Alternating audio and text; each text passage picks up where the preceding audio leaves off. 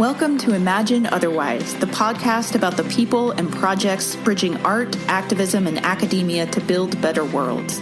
Episodes offer in-depth interviews with creators who use culture for social justice and explore the nitty-gritty work of imagining otherwise. I'm your host, Cathy Hannabach.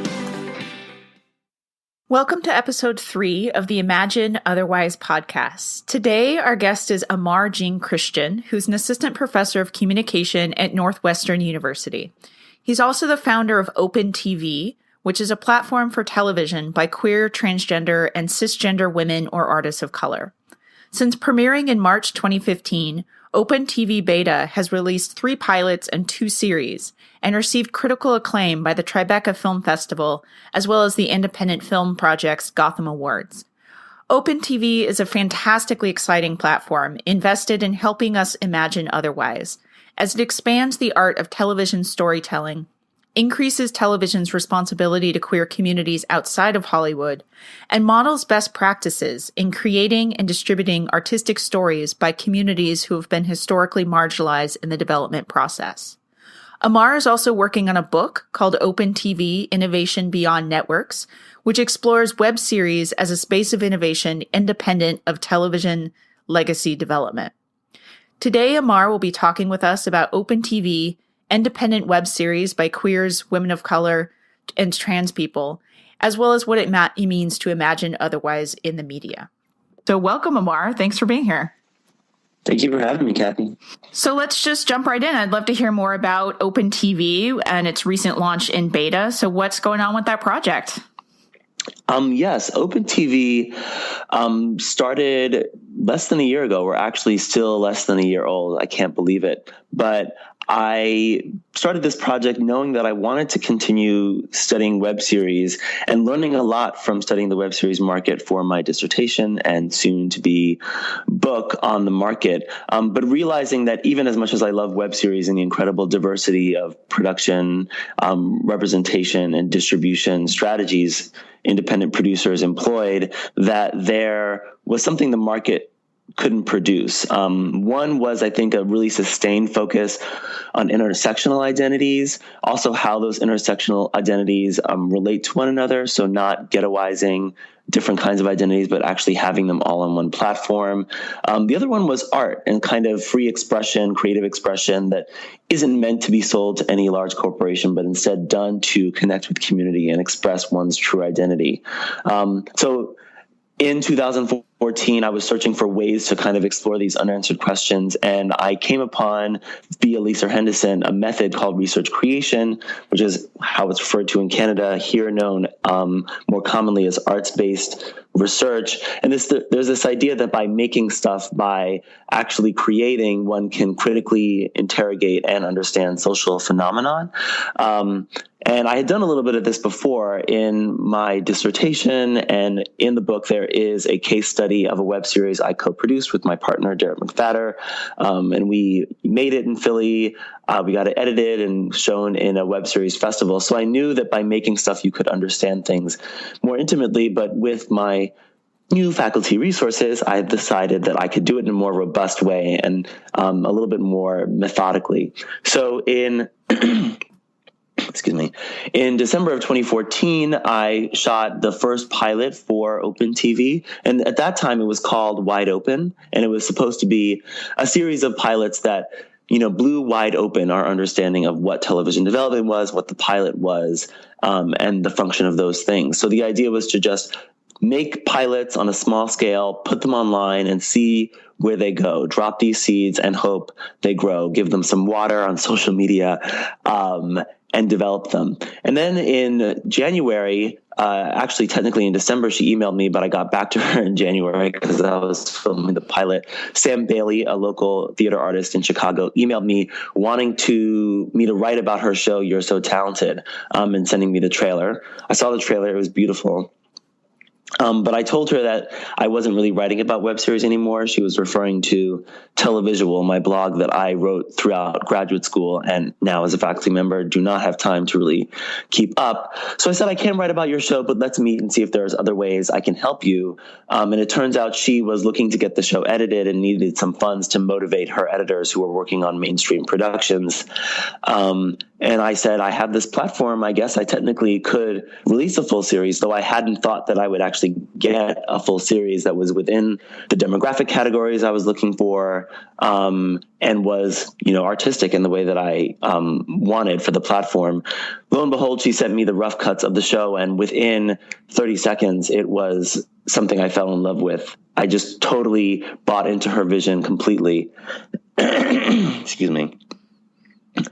You're So Talented, I think, is a beautifully shot show. There's original music from a local artist, but more importantly, it's a really sincere expression of her experience. Sam Bailey is a beautiful, intelligent Black woman with natural hair who is complicated, and the series is complicated like she is and reflects the kind of world she lives in. So I picked up the show, and by March, we premiered it online. We got a lot of really good reception, and the rest is sort of history. Now, Open TV has released, as you said, 3 pilots, 2 series, both of the series still ongoing, both of the pilots still developing.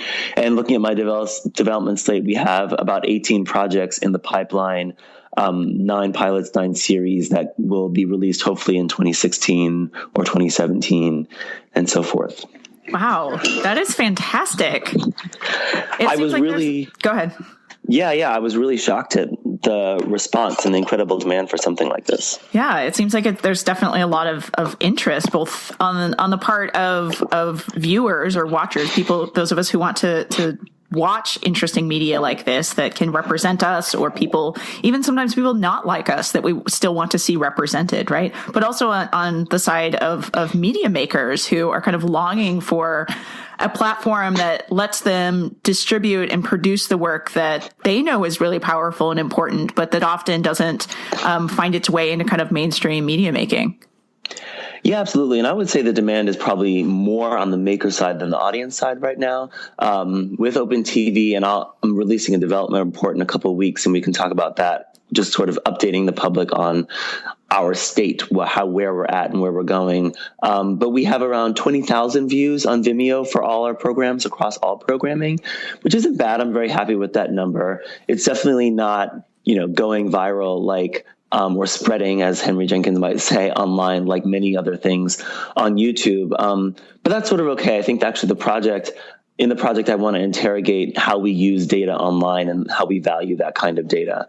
But on the maker side, the artists are incredibly eager to get on a platform, I think, that's non-commercial, that unlike YouTube doesn't have like a million other things suggested for you to watch when you're watching their video, but also they want to be in community with other artists who share their values, their aesthetics, and their identities. And that I think is the missing part that only a couple other web series entrepreneurs have really gotten.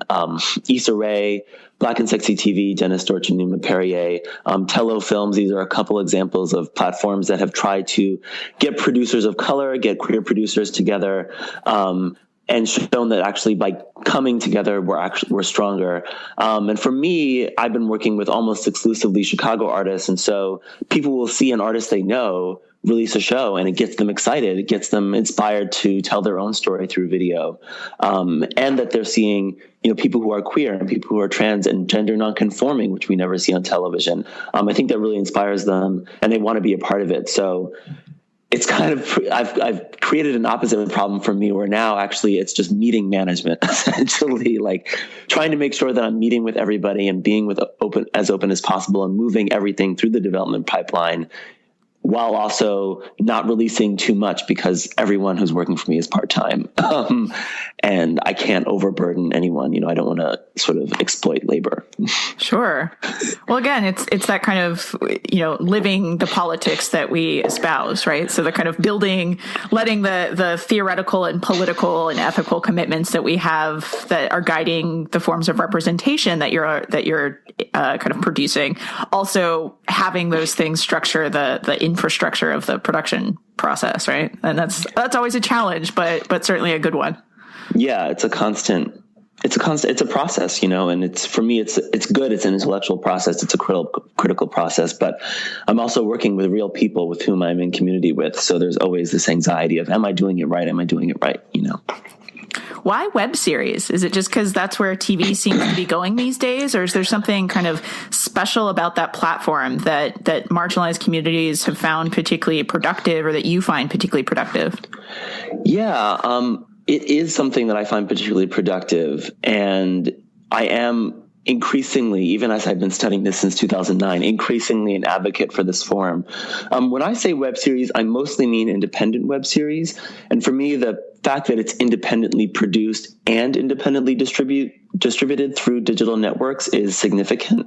So OpenTV is definitely about small scale video production. I don't think I ever want to get to the point where I'm releasing 30-minute to 1 hour episodes, 10 to 20 episode seasons and spending millions of dollars on these things. I would love to make all my artists rich, but I know that once you reach that scale, it becomes very difficult to be accountable to community and also to function ethically, I think.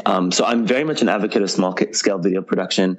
And I'm finding that OpenTV for me is about developing the art of short form or small scale television. And there's many histories to this. There's many sort of untold or underwritten histories of small scale community television. But for me, I think that, we can spend $10,000 or less and create a 2 to 10 minute pilot. If it's written intelligently, we can, and that means to scale, we can pay most of the people involved in the production. We can shoot for a small amount of time. I can hand it off to student editors or new editors. So bringing new people into the production process, training people into how to make television. And because of that, I can spread my money across a broader array of artists. I can actually develop a more diverse pool of television producers such that I am approaching representation not from the standpoint of, I need to make this one series authentic, right? But rather, I want my platform to reflect as many diverse experiences as possible such that we can get at the incredible complexity of American social life. I think this reorients our debates about representation away from trying to hold large institutions accountable to every single representation, but rather saying, why don't we work to finance and release as many projects as possible over time, as ethically as possible, such that television is ever expanding, ever diversifying, and reflecting our lives. I think that smaller scale production can be in some ways more ethical and certainly more representative of America. We've just seen historically that television's large investments in programming do not produce diversity. Even when people of color, queer people are on the screen, they are made acceptable to the masses in all these ways that really inhibit our visions of what people are like in America. It seems like there's some really significant kind of analogies or parallels between that structure in television production and probably media production more broadly, and analogies in politics or kind of activist organizations, right? So we see kind of over and over and over again these kind of grassroots activist organizations that start out with embedded within actual communities. They come out of actual communities in real life, right? That often have an online component, but they're rooted in real physical material bodies in the world and how they interact. Mm-hmm. And then when you try to build them to scale, when you try to scale them up, get more people involved, work on a broader geographical scale. So maybe you go from, neighborhood to statewide to national to transnational. You run into these kinds of ethical and political quandaries, right? When you try to scale what works really well on a small grassroots level, when you try to get it bigger and bigger, it sometimes doesn't work as well. So it's an interesting parallel between the kind of activist project and the media project.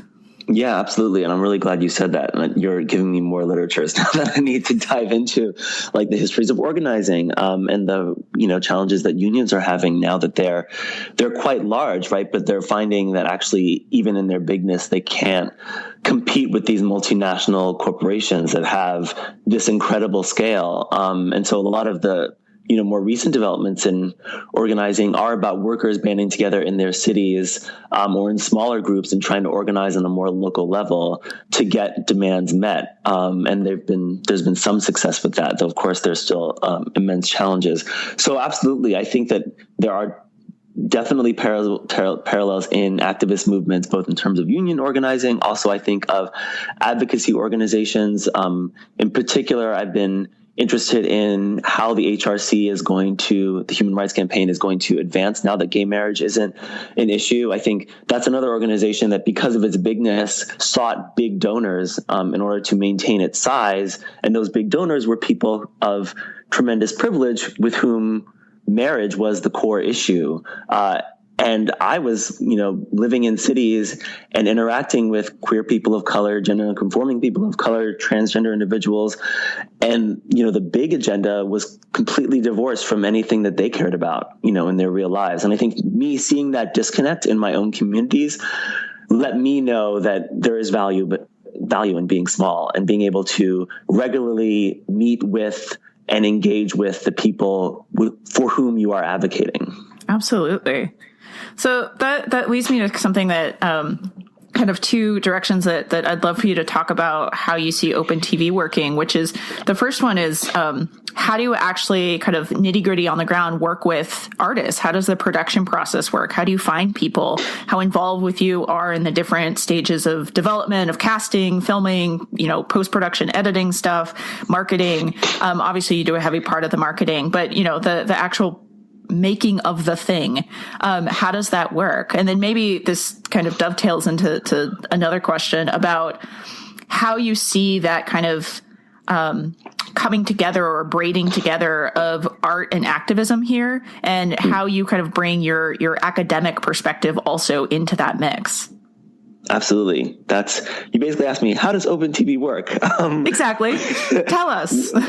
Which is, it works so far. And my hands are in all stages of the process at this point, from production, pre-production, production, marketing, exhibition locally and online. I'm sort of guiding the whole process. So when I started and I realized that I was doing a platform, I quickly freaked out when I decided I was releasing You're So Talented, and realized that after You're So Talented was done releasing, I would need something to release after it. So I basically contacted most of, if not all of, the queer, trans, and cis women and artists of color that I had met in Chicago since I'd been here in 2012, and asked them if they were interested in producing video, if they had a story. And if they did, I would ask them to send me a pitch, a script, a treatment, and we would meet and see how we could get this done, and how we could move it through the development process. I was fortunate that when I got to Northwestern, I had a tremendous amount of course release, and I was also, trying to figure out where my research was going. So I actually ended up going to a lot of performance art. I went to a lot of gallery shows in museums, panels and talkbacks, and I tried to just expose myself to as much of the culture that was around me. And it turns out that process was me basically building the first development slate for Open TV. By the time You're So Talented was released, I think I had met with artists or talk with artists such that I had about 24 projects that I could develop, right? That was an idea that could go somewhere. And as anyone who's worked with artists knows, sometimes an artist has an idea, but they're not at the place emotionally, spiritually, professionally, financially to actually get it done. So some of those projects, I met with the artists and they said, it's going to be a year or two, right, before I can actually get to this. And some were like, I'm ready right now. And so once we have a script, plan, or treatment, it's really about, do we have the resources and the team to get it done in a timely fashion? So I have some research funds from Northwestern to kind of seed these projects. I have only, I believe, with the exception of Future Women, invested my research funds directly in pilots. Series are just more complicated and they take more resources. And I didn't want to spend, half my research money creating one series. So if anyone came to me with a series project, it was more a question of, can we crowdfund for this? Are there grants we can apply for this? Is this a situation where we need to find a private donor? It was about meeting with that artist and brainstorming amongst me and now some graduate students as well. What are our financing options? For projects that were ready and I had the money to do it, it was about setting the production date, getting the team together. Who is going to photograph this series? Who's going to collect the sound? Who's going to edit it? Making sure we all meet and we're all on the same page about what the vision is, and then setting a date to shoot it and making sure we get it edited on the back end. And so it's been a tremendously collaborative project. It's really kind of an ever-expanding network of creative people and technical crew to get these projects done. On the fast end, it would take around 6 months from conception or first meeting to editing and it being ready for release. That pipeline is mostly still going. I'm about on a 6 to 9 month development cycle, but now that we've launched and people see that what we are, now I'm starting to get submissions and people actually pitching me things that are already completed or new artists, right, with new ideas. And so I think it's going to get longer. When I started this project, I thought that I would be able to beat the development process on television and get things made faster and more efficiently. But I think actually because we're a small operation and we're working, with artists who have complex lives, right, it's not going to be faster. I think actually development is still going to take 6 months to a year from conception to release, and in some cases longer than that for some more ambitious projects, which I can talk about later. But I think that's okay, actually. My next literature that I'm dipping into is going to be kind of literatures about eco-sustainability, growing things locally, slow food. I think that there's kind of an interesting, and people have made the analogy between fast food and corporate television, right? And I think I'm seeing that analogy play out in my own life where actually I'm making slow television, it's small scale. It's, creating these really intimate connections, these small crews and building those connections, building rapport amongst the teams and then getting the thing made. And it's all on people's time and it's a lot of people's passion, even though I'm paying people. So it takes time. And actually I think that's great. I think I want people to wait, right, for a project from an artist in their community and be excited about it, even though it's only 5 minutes long. And I think that's sort of, it seems like where we're headed now. I love that metaphor of slow television. I think that's a fantastic way to think about that. Yeah, because, I think with the internet, people get it in their minds that things move quickly. And actually, I thought that too when I started studying web series, and it was only engaging with that community over years did I realize that, it takes a long time for people to make that stuff. And then it takes a long time for people to find out about it. And then it takes a long time for them to have meetings with the kinds of people who can support the series further. So, Awkward Black Girl came out in 2011, 2010. She got a development deal pretty quickly, but then that fell through and she wavered for a little bit of time. She released the second season on I Am Other, and then she released that and nothing happened. Then HBO came along, right? And then it was a year in HBO development. And then now she's made the pilot. Now she's got the series. So, she started that like 5 years ago at this point, probably thinking that it's going to pop off, which it did, right? Almost instantly, hundreds of thousands of people were watching it. But it's 6 years later that she's finally reaching her original goal, which was to get that show developed on network television. So yeah, the internet is slow. Production is slow. Anything that's worth anything is slow. So I think I'm pushing that even farther, right? Because I'm actually producing a lot less than a lot of web series producers make, because I want to do it ethically and I want to do it artistically. So I think we should be encouraging a culture of supporting artists over time and not looking for the next best thing that's going to be hot, that's going to be valuable to corporations, you know? Yeah. It's interesting too, because of course that's the academic research model as well, right? This kind of, we value in academia a kind of an idea of slow research or of slow methodology, particularly because of the ethical and political issues involved, right? So you can't just come up with an idea off the top of your head, jot down a quick blog post, interview a couple people, throw in a couple, like key snazzy quotes, create a clickbait headline and throw something up there as academic research, right? Those articles are perfectly entertaining and interesting and can often be really smart even, right? But they're distinct from academic research, which is based in this kind of slow model that you're thinking of. So I wonder too, if part of what you're drawing on from your academic training and as a scholar are those kinds of ethical commitments to sustained in-depth inquiry and critique taking time, particularly because there are histories that need to be researched. There are kind of contexts that need to be understood that you can't do a quick Google search on. I think so. And I think maybe even going through grad school and writing 400 blog posts and then going back to those blog posts and seeing how, my thought in the moment was so limited by my perspective in that moment and my limited knowledge at that time, I think, and writing a book is that process, right? Where you go back to the things that you've written and you realize how much you've learned over time and how much by just reading more and experiencing more and also watching your sample develop, right, in the world, you come to a deeper understanding of what that is. So I absolutely know the perils of rushing, right? I think it's great to get snap ideas out there and it gets us talking, and by talking we learn as well. So that's great.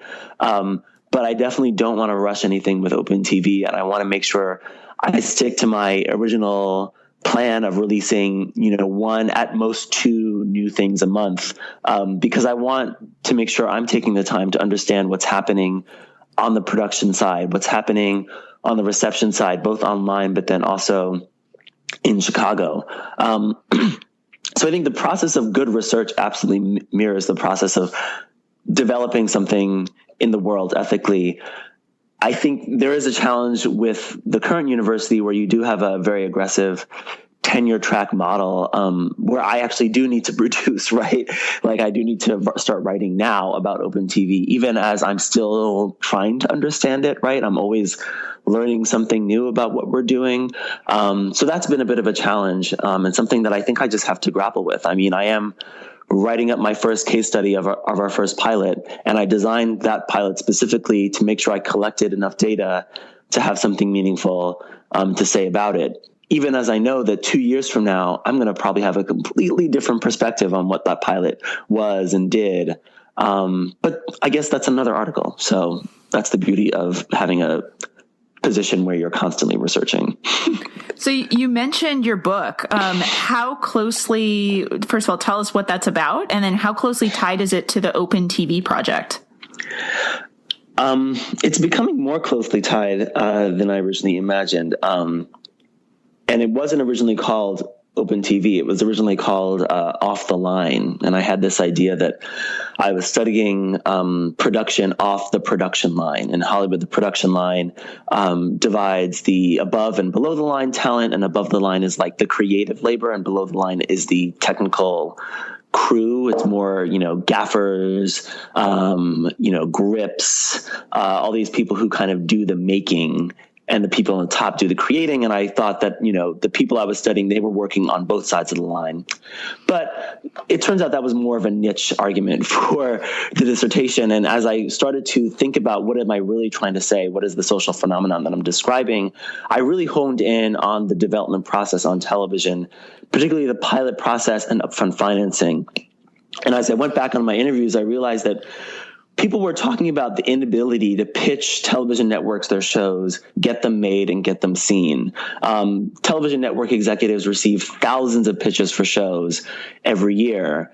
And as I thought about that number, thousands of pitches, that's probably a more representative sample, right, of what you actually see online. That's the country that people are always wanting to see on television, never quite getting. They'll hear those thousands of pitches. They'll make 24 or so pilots. Half of those will get picked up to series, and half to a third of those will actually be good enough to get a second season. So you have this really aggressive winnowing process that's really based on them trying to get $1 to $10 million to make the pilot, and then making those good enough to sell to advertisers and get advertisers excited to buy time on advertising slots on television. And this process, when you look at it, when you read trade press stories, this is the source of anxiety, the crisis of television in the digital age, that they have these systems that were developed in the mass media era when they were the only distribution channel. So they could be so aggressive in the ways in which they curated their programs. And now everybody's making programs, right? So the entire process has been completely upended. And what happens when you're outside of that process is innovation. And that's the argument of the book, right? That when you can make stories and release them on your own,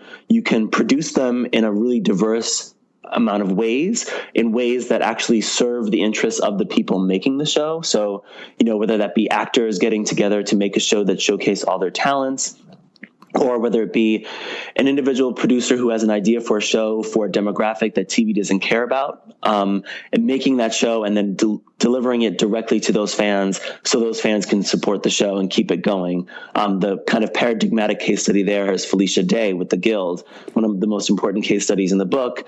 And she was an actress who, like many actors, cannot get cast consistently. So she had a lot of free time. She ended up playing a lot of video games and realizing that she was participating in a community and in a culture that wasn't represented on television.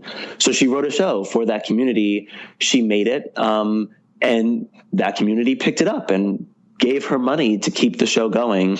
And Microsoft and Sprint saw that community supporting that show and picked it up. And that show ran for 6 seasons online through Microsoft Network and Sprint, and allowed Felicia Day to argue for giving producers creative control in the development process such that they can reach fans on a sincere level, instead of having this thing where you're vetting the show through these network executives in Hollywood who are rich white men almost primarily, and getting it to sell it to advertisers who want a specific type of show that will appeal to their brand, right?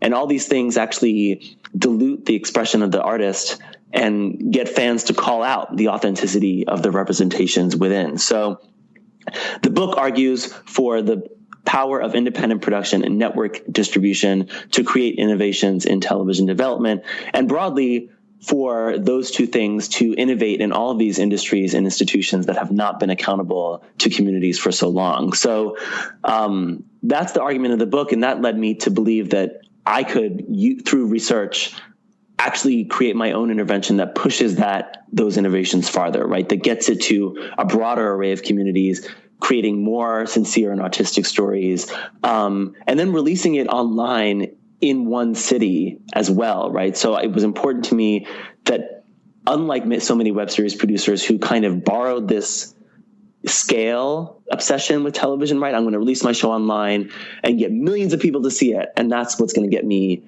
make me a celebrity and have television develop my show, to say, actually, maybe I don't want millions of people. Maybe I want to be accountable to Chicago first, release shows here first, collect reactions from the people here. For me, that's research data, but also a way to make sure that we're constantly being accountable to what people think about and how they're reading our shows, and then releasing it online. And if national media publications, bigger blogs, other kinds of advocates want to pick up our stuff and distribute it and get it seen farther, that's great. If they don't, I think we're still creating value and innovations in television development. That's fantastic. It also seems like it, for both political and ethical, as well as just kind of pragmatic reasons, collaboration is really kind of at the heart of of your production model, both the production model of Open TV, but also the one that you're calling for and advocating for in the book itself. So one of the things that I like talking with cultural producers on this podcast with is the kind of pleasures as well as difficulties of collaboration. And as for those of us who, have come up in our lives through activist networks, through academic networks, through artistic networks, and particularly those of us who sit at the kind of intersections of all of those, we know that community is both what sustains us, what enables us to do anything that kind of is the source of any kind of inspiration or pleasure that we have. But it's also complicated. It's also complex. It's also challenging and frustrating in all kinds of great, some kinds of great ways that may not feel so great in the moment, right? So I'd love to hear you talk a little bit about collaboration and the kind of both the pleasures of it and the difficulties of it, either through how you see that play out through your work in Open TV or in other kinds of artistic or activist or academic networks you're part of. Absolutely. Collaboration, of course, is key for making anything, for doing any kind of project. And for the most part, so far, the collaborations in Open TV have been, by and large, overwhelmingly pleasurable. Our biggest challenge with Open TV and collaboration is really making sure we manage everybody's time and we don't over ask of people's capacity. But the great thing about Open TV, I hope, is that it's an artist-driven project such that we can only go as fast as every artist involved can go. So the frustration is sometimes things take a long time. And sometimes I have artists hitting me up saying, hey, I haven't heard from you in 2 weeks. I sent you that email. And I have to say, I'm so sorry. I'm in post-production on this series and we're releasing it in Chicago in a week and I have to organize this event and I will get back to you as soon as I can. That's really my biggest ethical challenge, like trying to stay accountable to people consistently as I try to stay accountable to other people consistently. But everything else, has really been fantastic. I think talking about Nupita Obama, the one I wrote and directed, might be useful here because it was a pilot that I explicitly designed to be as collaborative as possible in the production and in the exhibition process. So I wrote this script for 3 specific artists that I knew in Chicago who had, I believe, the talents to make it happen. I wrote a 10-page script about these 3 gender nonconforming artists of color who are kind of caught in a love triangle and have to live together in a very kind of forced way, as comedy should be, I think, camp comedy especially. And so they have to live together. And I wanted them over the course of this day to perform in a queer way and in a number of ways. So I wrote one role for Erica Wallace, who is a Vogue and hip hop performer. She vogues beautifully, but also is a music artist and is releasing an EP, hopefully any day now. And I wrote a role for her so that she would actually vogue in the pilot.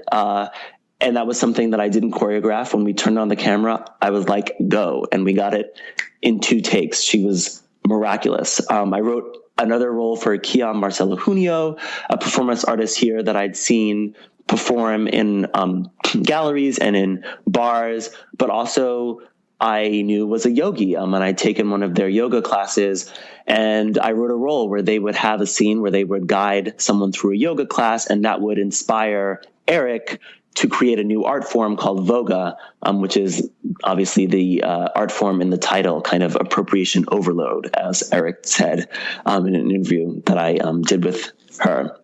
And then actually in approaching Kiam with that project, Kiam suggested for the 3rd role, Saya Naomi, who is a drag queen I'd seen in Chicago perform. And originally that 3rd role was just, I'd written it for a cis man that I knew, and it was kind of a non-role. I was really focused on Kiam and Eric and that interaction. But once Kiam suggested Saya to me, it really opened up this whole world of possibilities. So I wrote the role for Saya. I rewrote the role, asked Saya to do it. She was totally game, very excited. And it turned out that she added all this other production value to the pilot, both in being herself. She just sort of gave all the shade that I couldn't write in the script, like through looks and gestures. All the performers brought their own clothes, but Saya, being a drag queen, had the most elaborate outfits, obviously. So if you watch the episode, there's just tremendous joy in seeing her change outfits every scene into something new. Some of those outfits actually were improvised on set because Kiam, like many queer artists, right, is multidisciplinary because they have to strategize different ways to survive because institutions exclude them. So they're also a fashion designer. So they had all these fabrics there. Some of those fabrics made it into the set in different ways. If you see fabric draped in the set, it's Kiam's fabrics. But there's one scene where Saya creates like this impromptu turban that's really gorgeous and drapes a necklace over it. And it's just gorgeous. And it's only in a couple shots, but I think it really adds to the pleasures of the pilot. And then she brought her drag persona, right, to the last scene. So in the last scene, they create this makeshift Voga performance. Eric choreographed it. Kiam sort of added the yoga moves. Also, the backdrop to the scene is Kiam's backdrop. And then Saya comes in at the last second in full drag and like turns it. And watching people watch the pilot in Chicago, like that's the part that people go crazy for, right? And it's something I completely didn't plan for. It was all based on just allowing artists to express themselves in the production process. I mean, I could go on and on and on. The music, all the music in the episode was from Eric's EP. The last track is the single on that EP, and she released it on the day we released the pilot. I can go on and on and on. It was just it really exceeded my expectations and kind of got me to greater depths because I theorized collaboration in the book on the production process, but I wasn't really able to get in on all these sets. And series were, for the most part, writer, director, star focused. So like Felicia Day, is the creative force behind it. So even as it was collaborative, it was a lot of her in the production process, where now working with queer color artists really showed me that actually queer performance is itself a production value, right? And working with these artists who've been excluded from institutions actually greatly it allows you to greatly exceed the production value that you can plan for in just the script process. And then on the exhibition side, we screened Nupita in Chicago in 3 separate locations: a bar, an artist-run creative space, and a private home. In each of the premieres, I had one of those artists perform, and I paid them to perform. And I had them perform in a neighborhood where they either work consistently or live. So they got to sort of be around their own community and show the pilot to their community first before the internet saw it. So it allowed me to make these connections with those venues, for one, right? So like thinking about collaboration in the exhibition process, and then thinking about showing a pilot to Chicago artists and having those artists be inspired and say, I want to collaborate in the future and future projects. So yeah, collaboration is definitely a key variable in the study. And I think over time, I'm just going to get more and more examples of how working with these diverse range of artists really expands our notions of what kinds of collaborations we can have in television production and exhibition. That's awesome. I love the way that you put it. Queer performance is itself a production value. That's fantastic. I will highlight that in the show notes. Yeah, absolutely. And that's a key argument in the first journal article, the Nupita Obama case study. I think I'm actually calling it queer performance as production value, borrowing from E. Patrick Johnson's notion of queer theory. So taking the silences of queer theory around race and class knowledges and injecting that as its own kind of value, right? That brings specificity to the immensity that is queerness. Awesome.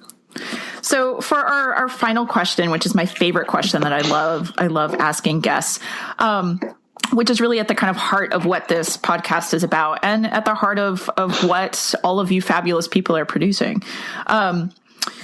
So this podcast is obviously called Imagining Otherwise, and one of the things we talk about with guests is their vision of a better world, whatever that means to you, that kind of world that you're working towards when you create your art, when you publish your books, when you teach your classes, when you create open TV pilots, all that kind of stuff. And there's a quote by Les Feinberg from Stone Butch Blues that kind of sums it up kind of nicely.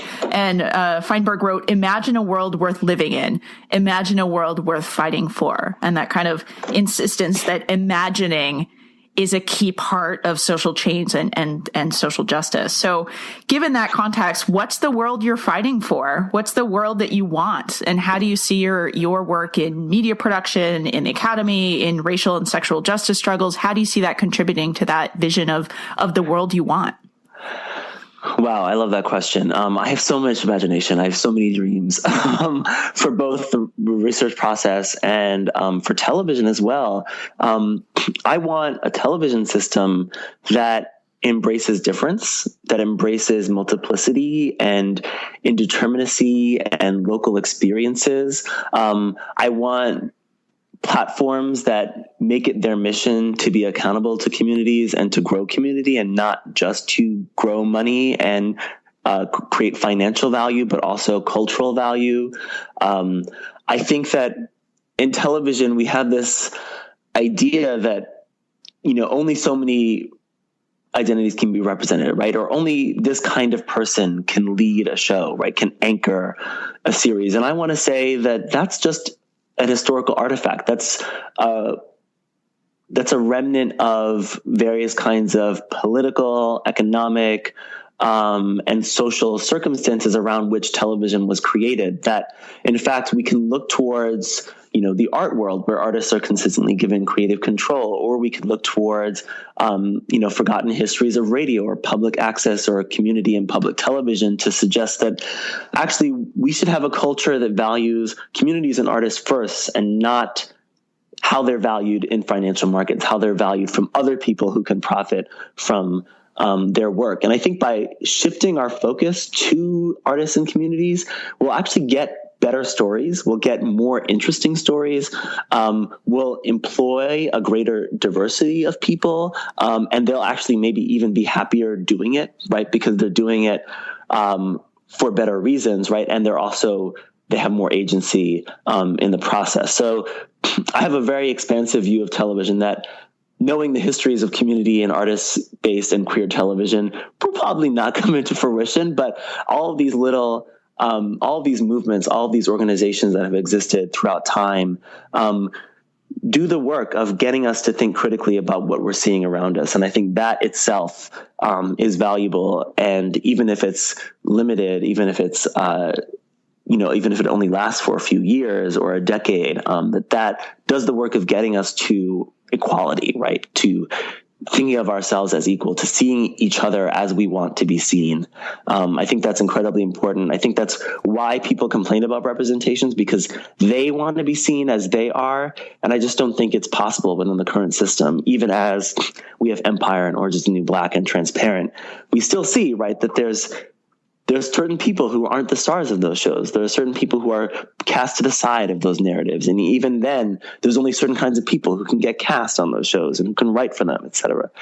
I also have a vision for research, too. I think that in the university, we need to start imagining with these artists and communities. We can't only write for ourselves. And if we have the resources, right, this is always a big question. Do you have the resources to actually enact these projects? But if you have the resources, you should be directing your research not only towards creating greater knowledge and understanding of social phenomenon, but also helping the people who are also trying to do that outside of the academy. And this is one of the reasons why I love working with artists, because artists teach me so much. Every time I meet with an artist, they tell me about a different experience. They enlighten me about the way in which they think about their process, how that is relevant to big social problems. So, for example, in our most recent pilot that's premiering this month, I worked with an artist named Rashida Canbay, who is from South Shore on the south side of Chicago. And her practice is teaching erotic dance to women as self-care and self-empowerment. So that was a new thing for me immediately, right? Like erotic dance as self-empowerment. But she told me about her practice, right? And the women that she works with and how many of them come to her at a crossroads in their life. They've lost their job and they're depressed, or they're struggling in their marriage to, keep it active sexually, or, their marriage is ending, right? And they're trying to figure out what it means to be independent, or, they've just had a miscarriage, or, whatever, all the things that people and women deal with in their everyday lives. and how for her, getting them into their bodies and then getting them connected to their own sexuality through their bodies is itself a healing process. Rashi likes to say that we carry trauma in our bodies, right? Not just in our minds. And that was something that was completely new to me. And then she taught me, so how do we model that in a television story, right? Like, how do we tell a narrative through visuals and music that expresses that sentiment and gets people to understand that they carry trauma through their bodies. And that's what she did. And we did it for under $3,000. We paid everyone involved. She created a 20-minute short film with an original score. Everyone involved was a person of color, most of them feminine spectrum, women, artists of color, both queer and straight. And it's just a beautiful piece that I think will help her business, right? And help her continually understand and help other people understand this one specific social phenomenon. And with Open TV, every artist I meet, right, teaches me a whole different thing and illuminates different worlds and meanings and understandings for me. So I think that is something researchers should strive for, right? And we should build it into our methods of supporting other people who are doing the work of educating and also creating new forms of knowledge in their lives and in their practices. That's a fantastic vision. And I love that imagination and kind of creating that vision isn't just something that happens in the future. It's not just a future looking thing, but it's something that you enact now, that you're literally enacting through Open TV and through these other kind of collaborative projects. Yes, absolutely. It is about the process is the knowledge, right? Like you've got to do it to understand it, and you've got to keep doing it to further understand it. Awesome. Yeah. Well, thank you so much for being on the show. Before you go, where can we find you online, and where can we find and watch Open TV? I'll also put this information in the show notes. Awesome. Yes. Open TV is on weareopen.tv. That is our main website. That will connect you to pretty much anything. We're on Facebook.com/weareopen.tv, Instagram, weareopen.tv, Twitter, weareopen.tv. The only one that's not We Are Open TV is Vimeo, we're vimeo.com/opentv. My personal handles are Prof. AJ Christian on Twitter and Instagram, and on Facebook, you can search for me, Aymar Jean Christian, or facebook.com/AJ Christian. And do friend me on Facebook, because that's the platform I'm most active on. It's also a great way to reach me and to find out about our Open TV events. And we do use the event feature on Facebook for all of our local events. Awesome. Well, thank you so much for being on the show. This was really exciting. Thank you so much. It was great to have this conversation. I'm so inspired now. I'm going to go write my journal article. Awesome. Okay. Thanks for listening to another episode of Imagine Otherwise. Editing for this episode was done by Julie Leonard. Be sure to check out our website at imagineotherwise.com to listen to full episodes, read show notes, and see links to the people, books, and projects discussed on the show. You can also subscribe to us on iTunes.